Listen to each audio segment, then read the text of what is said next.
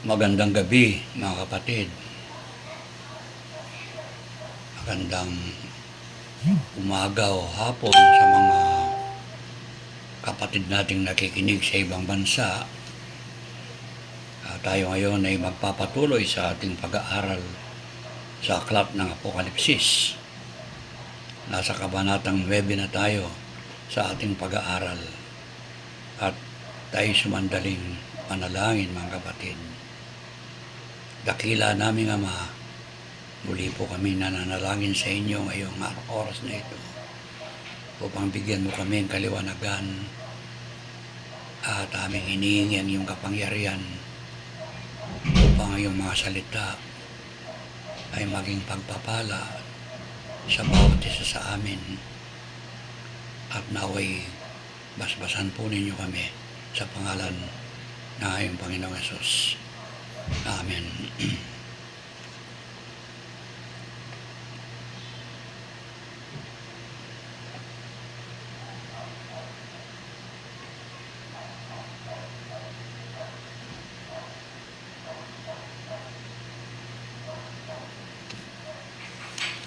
Ang mga pangyayari, katakot-takot na pangyayari sa aklat ng Apokalipsis tungkol po sa darating na panahon ay ating mababasa sa aklat na ito. Bagamat maraming mga tagapagturo na kuminsan ang mga katakot-takot na pangyayari dito ay hindi nila inaakalang mga literal na pangyayari. Kuminsan ito daw ay mga pagwasak ng mga sistema, maling sistema dito sa mundo. At yung mga pag-iisip na ganyan ay merong kahulugan din. Subalit para sa akin, ang mahalaga ay yung ang Biblia, although meron siyang mga kuminsan talimhaga, meron siyang mga bagay na inaambing sa isang bagay na hindi literal, subalit generally the Bible is literal. Yun ang aking paniniwala. Kaya po mga kapatid, ang mga pangyayari sa Apokalipsis na ito, bagamat nakakatakot, ay mga literal na pangyayari sapagkat unang-una, ang darating na kahirapan ito ay yung galit ng Diyos sa kasalanan ng sanglibutan. Lalo-lalo na partikular yung kanyang bayan na binukod ng Israel. Kaya ito'y tinatawag na the day of Jacob's trouble, kahirapan. Pangalawa, ako'y naniniwala na itong mga pangyayaring ito ay literal. Pangalawa, sapagkat ang ating Panginoong Jesucristo ang siyang nagsabi na ang panahon darating ito ay isang bukod na panahon na wala kasing hirap. For example, sa chapter 24 ng aklat ng Mateo at talatang 21, sabi niya, mula sa talatang 20, at sabi niya, magsipanalangin kayo na huwag mangyari ang pagtakas ninyo sa panahong taginaw o sa sabat man, verse 21, Matthew reading from 24 to 21, chapter 24, verse 21, sapagkat kung magkakaroon ng malaking kapigatian, ito yung sinasabi niyang panahon, magkakaroon ng malaking kapigatian na ang gayoy di pa nangyari buhat sa pasimula ng sanlibutan hanggang ngayon at hindi na mangyayari kailanman. So isang natatanging panahon na darating sa sanlibutan ito na walang kasing hirap, wala pang naganap na ganitong mahirap na panahon at wala nang magaganap kailanman. It is a unique time, mga kapatid, ng kahirapan. At sabi pa dito, in verse 22 ng chapter 24, Book of Matthew, at malibang paikliin ang mga araw na iyon ay walang lamang makaliligtas. Walang lamang makaliligtas. Datapot dahil sa mga hirang ay paikliin ang mga araw na iyon. So ito ay isang aking paniniwala na mga kahirapang darating na katakot-takot na kahirapang darating sa sanglibutan ito ay mga literal na kahirapan. Kagaya na sinabi ko sa inyo, unang-una, itong panahon ito ay tinatawag na the day of Jacob's trouble, mga kaparusahan na igagawad ng Diyos, partikular sa mga Hudyo at ang mga taong walang interest sa ating Panginoong Jesus hanggang ngayon. Kaya tayong mga tunay na mananampalataya sa ating Panginoon, tayong mga tunay na tumanggap sa Kanya sa pananampalataya, na umangkin sa Kanya bilang ating Panginoon at tagapagligtas.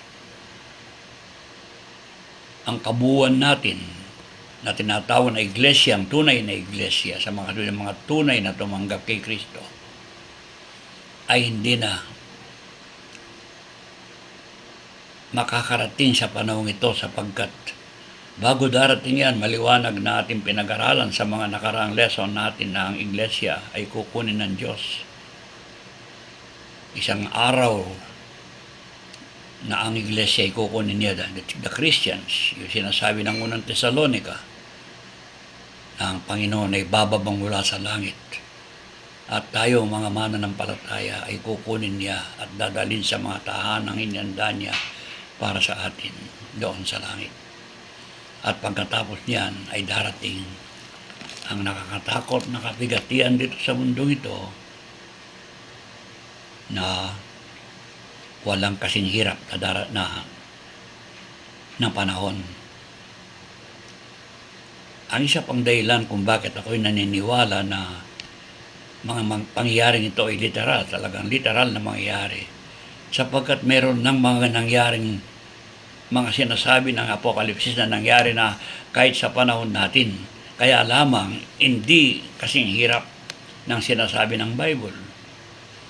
Halimbawa yung mga lindol na ating naranasan ngayon na napakatindi rin kung minsan maraming taong namamatay. Subalit ang lindol, isang example ng lindol sa Apokalipsis, ay hindi mahihambing sa lindol na ating dinadaanan ngayon sapagkat diyan ang mga bituin sa langit ay mga laglag na parang mga bunga ng higos na inaampas ng malaking bagyo at sila'y nangalaglag. Ang buwan ay didilim at parang dugo. Ang araw ay didilim, the sun will be darkened, and the moon will be red as blood. At ang buong sanglibutan ay makakadanas ng matinding kadiliman. So, yung mga pangyayaring yan sa Apokalipsis ay mga literal sapagkat meron ng sample na nangyari sa sanglibutan ito. Halimbawa, ang dagat ay magiging dugo. Ang buong dagat ay nagiging one-third pala ay magiging dagat. Samantalang doon sa Egypt, noong naging dugo ang dagat ay yung lamang, ang Nile River lamang. Pero naging dugo, literal na dugo, hindi tunay na naging dugo. So, yun ang reason why I believe yung mga pangyayaring mababasa natin sa Apokalipsis ay mga tunay na pangyayari. Una nga, sinabi ko sa inyo, ang Panginoon ang siyang nagsabi na darating ang isang araw na mahirap na walang kasing hirap, wala pang naganap na kahirapang bago at pagkatapos ng araw na ito na kasing hirap. Kaya iyan ang isang dahilan kung bakit I want to interpret by the grace of God itong mga bagay na ito ay literal na mangyayari. Halimbawa mga kapatid, pansinin natin, sa kabanatang 6 ng Apokalipsis at talatang 12, no? Sabi niya sa kabanatang 6 at talatang 12, at nakita ko nang buksan niya ang ika-6 na tatak at nagkaroon ng malakas na lindol. Sabi niya, no? At ang araw ay umitim na gaya ng isang magaspang na kayong buhok na maitim. At ang buong katbuan ay naging gaya ng dugo. Now, reading from Revelation 6:17, kung meron kayong Bible, tingnan ninyo. At ang mga bituin, sabi niya sa verse 13, sa langit ay nangahulog sa lupa, gaya ng puno ng igos na naisambulat ang kanyang mga bungang bubot pagkahinampas ng malakas na hangin. At ang langit ay nahawi ng gaya ng isang lulong aklat kung nalulon, at ang bawat bundok at pudo ay naalis sa kanyang kinatatayuan. Now, yung iba, yun ang isip nila, yung bundok maalis sa kanilang kinatatayuan. Wala namang imposibleng hindi magawa ng Panginoon. Let us understand according to the book of kaya yung book ni Zechariah ay at pagdating ng Panginoon, ang kanyang paa ay tutuntong sa bundok ng Olivos, at ang Olivos ay mahidwang dalawa ang bundok na yon. That is literal. And it will happen in the second coming of Christ after the tribulation period. So sabi niya, at ang mga hari sa lupa, at ang mga prinsipe, at ang mga pangulong kapitan, at ang mga mayayaman, at ang mga makapangyarihan, at ang bawat alipin, at ang bawat laya ay magsisipagtago sa mga yungib at sa mga bato sa mga bundok. At sinasabi nila sa mga bundok at mga bato, mahulog kayo sa amin at kami inyong itago sa mukha noong nakaupo sa lukudukan at sa galit ng kordero. Tingnan niyo salita, galit ng kordero. Sapagkat dumating na ang dakilang araw ng kanyang kagalitan at sinong makakatayo. Kaya ito'y tinatawag na panahon ng kahirapan, the Great Tribulation. At ito'y mangyayari 7 years. Subalit yan hindi na muna natin pag-aaralan kung bakit tinawag na 7 years, sapagkat yun ay pag-aaral natin ayon sa aklat ni Daniel. Na magpatuloy tayo mga kapatid sa chapter 8 ng Revelations. Verse 7, chapter 8, verse 7, babasahin ko sa inyo. At tumihip ang una at nagkaroon ng granizo at apoy na may halong dugo at itinapon sa lupa, at ang ikatlong bahagi ng lupa ay nasunog, at ang ikatlong bahagi ng mga punong kahoy ay nasunog, at ang lahat ng sariwang damo ay nasunog. Katakot-takot na pangyayari. Ito'y literal para sa akin, sapagkat ito nangyari na ito sa panahon ni Paraon. Kaya lang ang pangyayari ay na konti lamang, hindi kagaya nitong worldwide. Kasi ito ang sinasabi niya, ang ikatlong bahagi ng lupa ay nasunog. Kaya sa panahon yun ay in part of Egypt lamang. Ito ang ikatlong bahagi ng lupa at ikatlong bahagi ng mga punong kahoy ay nasunog. At ang lahat ng sariwang damo ay nasunog. Worldwide ito. Kaya walang incomparable sa mga calamities na nangyari sa ating panahon. Kaya lang, bakit ko binabanggit yung mga calamities na nangyari sa ating panahon? Ay, yung mga literal yan eh. Yung lindol na 7.8 sa Davao. That is literal, napakarami. Kung mahina ang katawan mo, yun lang 7 or 8 na yan, magnitude, mamamatay ka. Eh dito, kamangha-mangha. At tumihip, verse 8, tingnan ninyo, chapter 7, verse 8. At tumihip ang ikalawang anghel, at ang tulad sa isang malaking bundok na nagliliyab sa apoy ay nabulusok sa dagat. Para bang yung mga meteors na yun na kung minsan merong nahuhulog na bagay sa langit. Mga bakal yon. Kaya lang kuminsan hindi na makakarating dito dahil sa pressure, yung kanilang pressure doon mula sa itaas hanggang bago dumating dito malulusaw na. Pero merong mga hindi nalulusaw at dumadapa dito sa langit, sa lupa. At yung mga iba ay malalaki, kaya merong mga ganitong sample sa mga museum doon sa United States. Dito sabi niya, at tumihip ang ikalawang ang anghel at ang tulad sa isang malaking bundok na nagliliyab sa apoy ay nabulusok sa dagat galing sa langit, parang isang bundok na lumiliyab, at ang ikatlong bahagi ng dagat ay naging dugo. At namatay ang ikatlong bahagi ng mga nilalang. Ano yan? Anong namatay? Yung mga isda. Ang ikatlong bahagi ng nilalang. In other words, sa buong mundong ito, ang ikatlong bahagi ng mga isda sa dagat ay namatay. Dahil sa malaking bundok na nagliliyab sa apoy at nabulusok sa dagat. At namatay ang ikatlong bahagi ng mga nilalang sa dagat na mga buhay, at ang ikatlong bahagi ng madaong ay nawalat. Yung mga barko na nasira. Pagkatapos dito, at tumihip ang ikatlong hangin at nahulog mula sa langit ang isang malaking bituin.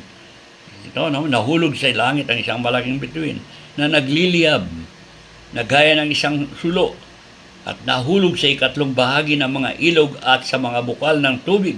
At ang pangalan ng bituin ay Ahenho, at ang ikatlong bahagi ng tubig ay naging Ahenho, bitter. Sa mga tuwid, nang nahulog ito, ang ikatlong bahagi ng tubig ay naging mapait, sabi niya. Kaya sabi na, at maraming tao nangamatay dahil sa tubig sapagkat mapait ang tubig.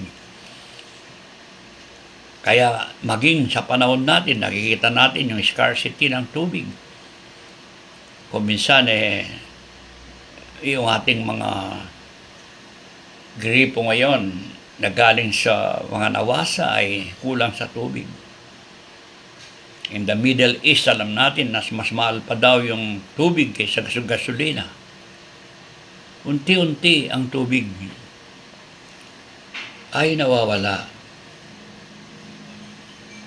At tumihib, sabi sa verse 12, ikaapat ng hell ay ikaapat ng hell at nasugatan ng ikatlong bahagi ng araw at ang ikatlong bahagi ng buwan at ang buong ikatlong bahagi ng bituin upang magdilim, at ang ikatlong bahagi nila at upang ang ikatlong bahagi ng, sabi niya, hapon ay wag lumiwanag, at gayon din naman ang gabi. Merong total darkness sa panahong yon. Na-experience ko nung pumutok ang Pinatubo. Ang 12 o'clock noon ay parang gabi dito sa atin. Dito lang sa Pilipinas yun, dito lang particular sa Luzon, sa Central Luzon. Ito, buong sanlibutan o ikatlong bahagi ng hapon ay huwag lumiwanag, at gayon din naman ang gabi.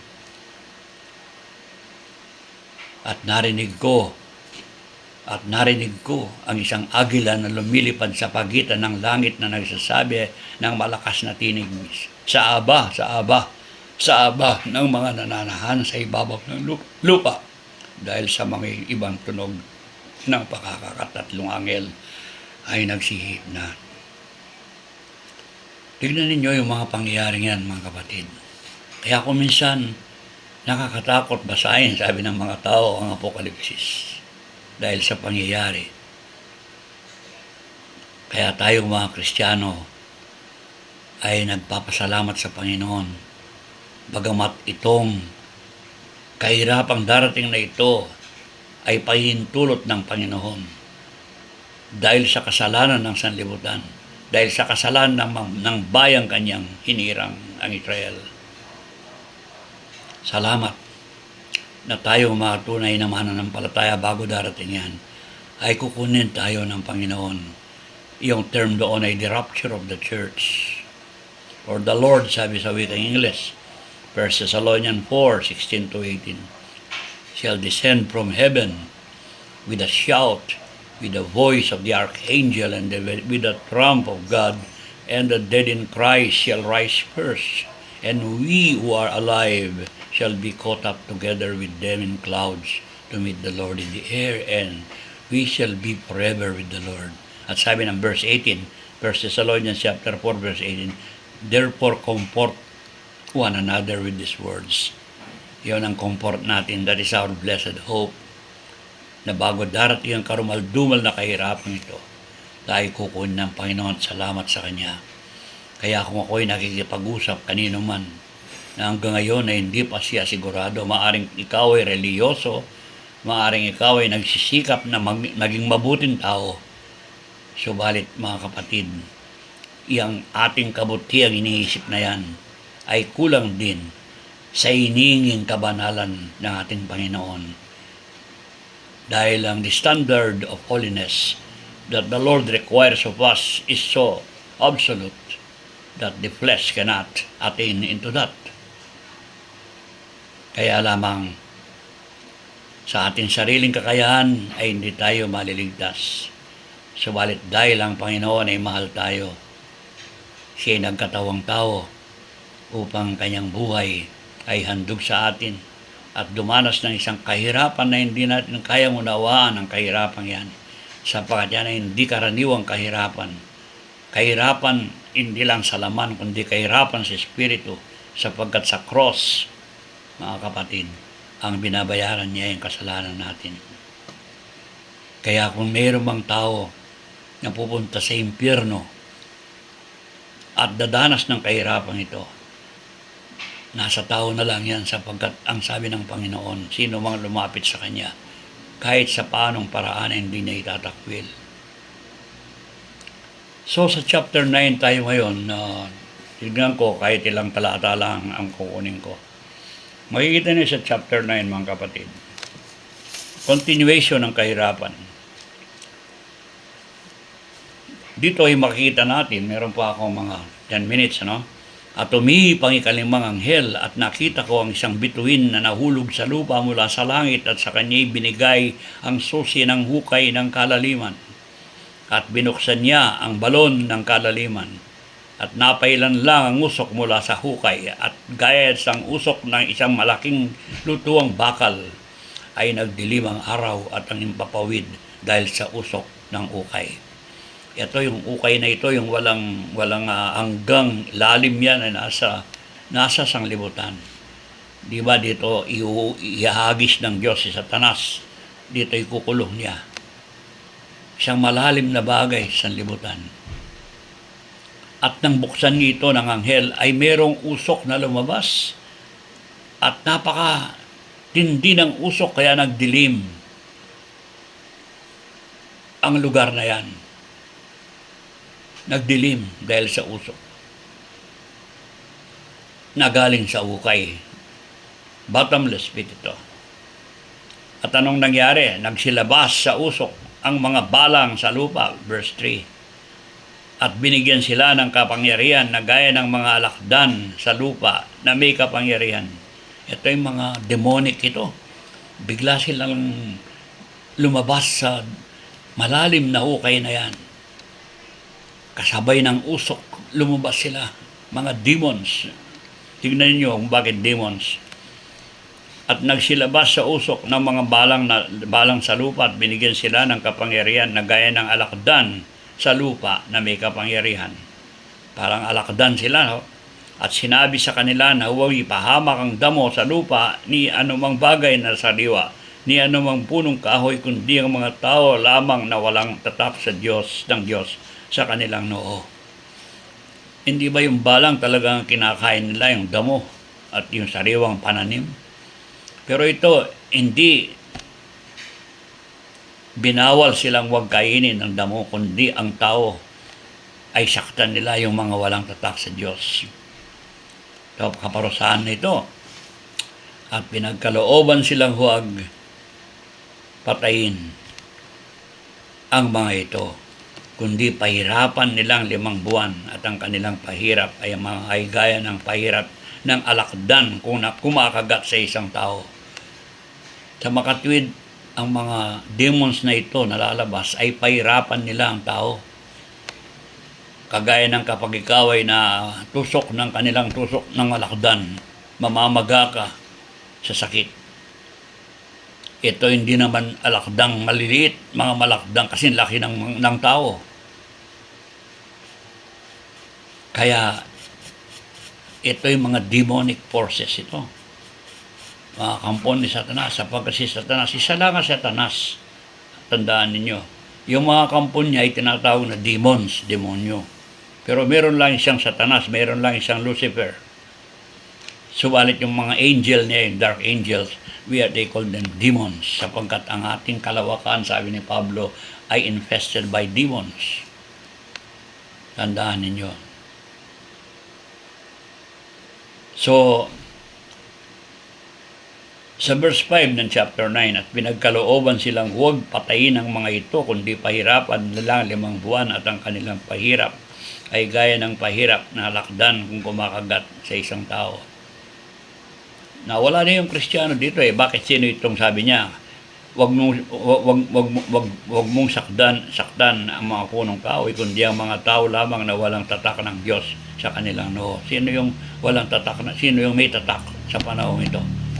Halimbawa, yun lang 140,000 pinag-aralan nating mga ngaral sa panahon ito ay puro Hudyo sila. Ay tinatakan ng Diyos sa noo. So that means hindi sila aanuin ng mga lakdang ito, kundi yung walang tatak. Yung mga taong walang pananampalataya, yung mga taong walang interes sa Diyos. At sa mga araw na yon ay hahanapin ng mga tao ang kamatayan. At sa anumang paraan, din nila masumpungan at magnanasang mamatay at ang kamatayan ay tatakas sa kanila. Dahil sa sakit, nagawad ng mga taong parang alakdan na ito, yung tao ay hinahanap nilang kamatayan, gusto nila mamatay na dahil hindi nila kayang tiisin ang sakit na ito, subalit hindi sila mamamatay. Diba tayo kapag maraming taong na narinig ko kapag matindi ang sakit niya, sabi nila, Panginoon, kunin na muna po ako dahil hindi matindi ang sakit niya, ang karamdaman nila. So ganito yung mga taong ito, dahil sa sakit ay gusto nila mamatay na pero hindi sila mamatay. Tignan natin itong mga demonyong pinag-aaralan natin. At sila'y may buhok na gaya ng buhok ng mga babae. At ang kanilang ngipin ay gaya ng ngipin ng mga leon. Hindi karaniwan. Ang buhok ng mga babae, ngipin nila, ngipin ng mga leon. At sila'y may mga baluti na gaya ng baluting bakal. At ang ugong ng kanilang mga pakpak ay gaya ng ugong ng mga karo at ng maraming kabayo na dumudulog sa pagbabaka. Nakakatakot ang ugong nila. Natandaan ko ng panahon ng lahar dito kapag dumating ang lahar parang mga kabayo ang ugong niya. Nakakatakot. At sila'y may mga buntot na gaya ng mga alakdan. Meron silang buntot. At ang mga tibo at sa kanilang mga buntot ay naroon ang kanilang kapangyarihan upang ipahamak ang mga taong 5 buwan. Sila'y may pinakahari ng anghel ng kalaliman at ang kanyang pangalan sa wikang Hebreo ay Abaddon at sa Griego ay Apollyon. Now, sabi ng mga research natin, itong mga salitang ito, ang gusto sabihin destroyer. Sila ang magwawasak sa mga taong gusto nilang parusahan. So, mga kapatid, ang unang pagkaaba ay nakaraan na. Narito, darating pa ang ikalawang kahirapan. Unang kahirapan na, tapos na yung unang kahirapan, pero meron pang darating na kahirapan. Nakakatakot pang kahirapan higit dito sa araw na yon. Subalit ang susunod na kahirapan ito ay ma-mark ko sa verse 13. Basahin ninyo yung entire chapter 9 from 13 up to 10. Yan ang ating pag-aaralan sa susunod na pagkakataong ipagkakaloob ng Diyos sa atin. Kung minsan meron tayong minsan hindi tayo nakapag-aaral dahil sa kung minsan yung ating mga sistema, wifi natin, yung ating mga tinatawag na mga sugay ng cellphone natin, minsan may problema, or kuminsan naman meron akong gawain sa ibang church, kaya kuminsan nakapospone ang ilang mga pag-aaral natin. Anyway, basahin ninyo muli yung chapter 9. Kung maaari, ulit-ulitan ninyong basahin ang Apokalipsis para magiging maliwanag sa atin ang mga pangyayari sa panahon yan. So, mga kapatid, yan muna ang ating pag-aaral ngayon. Kagaya ng binabanggit ko sa inyo, nakakatakot ang darating na panahon yan na sinasabi ng Apokalipsis. At totoo naman na sinabi ng Panginoon, ang kahirapan yan ay walang kasing hirap. But God has to permit that upang tao ay magising sa Kanya. Sabalit ang nakakalungkot sa inyong pag-aaral sa Apokalipsis, gaano man kabigat ang kahirapan, paintulot ng Diyos sa sanglibutan, marami pa rin tao na hindi magsisisi sa kanilang pagkakasala. Yan ay mababasa natin as we read the succeeding verses at chapters ng Revelations. Kaya salamat sa Panginoon, huwag niyong kalilimutan yung kabutihan ng Panginoon sa atin na hindi tayo dadaan sa kahirapan yan. Kaya kung sakali man merong akong kausap o nakikinig na hindi pa sigurado na tumanggap na kay Kristo sa pananampalataya, ay dapat lumapit tayo sa Kanya at hangkinin natin siya sa buhay natin. Pagsisiyan natin ang ating kasalanan na siyang dahilan kung bakit siya ay naghirap sa cross, upang ang pintuan ng kaligtasan at kapatawaran ay mabuksan sa sino mang lalapit sa Kanya at tanggapin siya bilang Panginoon at tagapagligtas. So mga kapatid, hanggang sa susunod na pagkakataon na tayo magkikita muli, at ipag-pray ninyo ang bawat isa, panalangin nyo yung Bible study natin at panalangin din ninyo ako na naway bigyan ako ng katalinuhan ng Diyos sa Kanyang mga salita.